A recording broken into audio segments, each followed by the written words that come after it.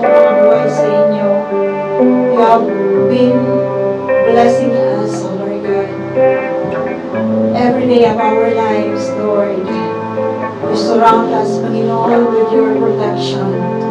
You surround us, Lord, and Lord, continue loving us, Lord.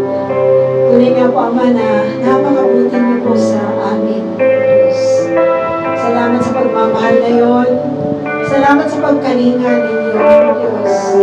Salamat sa patuloy na pagpapaalala that you, God, you have given the biggest sacrifice, Lord, the demonstration of your love through giving, Lord, the Lord Jesus, to be an offering, Panginoon, upang mabayaran ang aming mga kasalanan, O Diyos.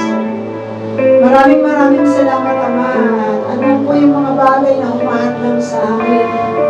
Minsan, O Diyos, mas pinahalagahan namin ang mga bagay na temporary lamang kaysa doon sa mga ibinigay ninyo, O Diyos. Doon sa mga bagay na nais ninyong gawin namin, O Lord God. Father, we pray na tunay na po matuto kaming sumunod sa inyo. Na magpakumbaba kami, O God. Na patuloy na kayo ang aming sambahin at purihin. Ang kagaya, O Diyos, ang aming napag-aralan. Yung mga disipulong tinatawag ang Panginoong Jesus na Panginoon ng kanilang buhay. Sa nga po namin, Panginoong, gawin na kami po ay magpasakop sa kalooban ng Diyos, sa kalooban ninyo, O God. Panginoon, alam po namin na alam nyo kung ano yung aming nararanasan. Alam nyo yung mga pangangailangan namin. Alam nyo yung mga takot na nararamdaman namin, O Lord God. Alam nyo po yung kahinaan namin. Alam niyo po, Lord, na wala pong sapat na pwede po kami maibigay sa inyo. Ngunit, hinayaan niyo po na mahalin namin kayo at maibigay namin sa inyo, God, yung mga bagay na ipinagkaloob din po ninyo sa amin, O Lord. Hayaan niyo po, Ama, na mapaglingkuran namin kayo, God, with grateful heart, with a heart, O Lord God, that is willing to praise and worship you, Panginoon, sa lahat ng oras ng Diyos. Thank you so much, Panginoon. Alam po, Lord, ang kalagayan ng bawat isa. Alam po, Diyos, ang mga pangangailangan, Lord, you said, you will supply all our needs according to your riches and glory in Christ Jesus. You said, Lord, unahin niyo po ako. Unahin niyo ako. Kayo po yung patuloy na nag-iimbita sa amin na unahin namin kayo. At you are, Panginoon, going to fill us, Lord. To continue, Panginoon, to work in our lives, Lord God. Panginoon, patuloy na kayo po ang patuloy na mag-ingat sa amin po mga pamilya. At ang favor na ito, Panginoon, ang pribilehyo nito, ay hinihiling namin sa inyo kung araw-araw. Naway ingatan niyo po yung aming mga pamilya sa Pilipinas na nakakaranas po ng mga bagyo, God. Bagyong spiritual, emotional, at maging yung literal na bagyo, Panginoon, ang pagbabago ng panahon, Ama. Father, ilangin po namin na kahit ang bansa namin Pilipinas ay magkaroon po ng justice, Lord God. Yung po mga nangyayari, Panginoon, matinding corruption, Lord God. Nawawag niyo sa hindi lamang po ito maisawalan, kundi magkaroon po, Lord God, ng inyo po, Panginoong, paghahatol at pagbibigay, Panginoon, ng tunay, Lord God, na judgment sa mga bagay na ito.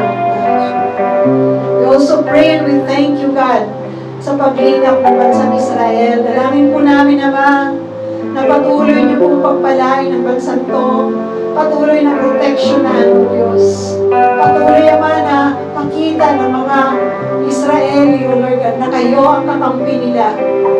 The world, Panginoon, will turn their back from you, but you will not turn your back from them.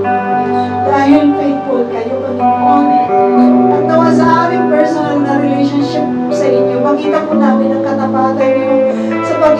tinatapat niyo sa bansang Israel, Panginoon. Salamat, Ama, na personal naming nasasaksihan ang mga bagay na ito, Diyos. Madami man pong bumoto at patuloy, Panginoon, na kumampi sa humahawak sa bansa nito. You will never turn your back, Panginoon. Salamat po sa inyo. At Panginoon, patuloy na kayong mag-intervene sa mga bagay na ito, Lord God. Salamat din po, Panginoon, sa pagtugon ninyo sa mga panalangin ng bawat isa. Sa pagkalinga ninyo sa bawat isa. Sa pagko-comfort ninyo, sa pagbibigay ng kasiyahan. Sa pagbibigay, Panginoon, ng assurance that you will protect us, you will protect our family, our loved ones, Lord God. That you will sustain us, Panginoon, in every way, Lord God. Salamat, Ama. Maraming salamat.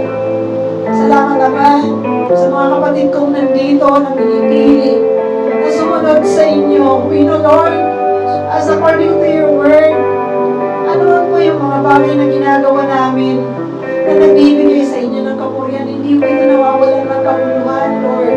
You value them. And, Lord, you are honored, O Lord God. Maraming salamat, Ama. Salamat sa gawin ito, O Diyos. Patuloy ang papuri, pagsamba, pagluwalhati ay ibinibigay namin sa inyo, O Diyos. Tumilos ka po sa buhay ng bawat isa. Personal na iparanas, O Lord God, ang kapunuan. Not on the material things, not on the temporary things, O Lord God, but on the spiritual things, O Lord God. Maraming salamat po. We bless and magnify your name. We worship you, Lord. We worship you, God. Hallelujah. We lift your name on high and kami po ay nagpapakumbaba sa inyong harapan, O Diyos. Maraming salamat po sa inyo. Salamat, Ama. Salamat, O Diyos. And Lord, once again, we will say the words that is written, Lord God, in the book of Psalms, chapter 46, O Lord God. Be still and know that I am God. I will be exalted in the earth. Your name be exalted, Lord. As we trust you, Lord. Your name only be exalted, Lord. Salamat. Maraming salamat po sa inyo. Let's lift our hands to God. The Lord bless you and keep you. The Lord make His face shine upon you. The Lord be gracious unto you. The Lord lift His countenance on you and give you peace. In Jesus' name. Amen. Amen. God bless you.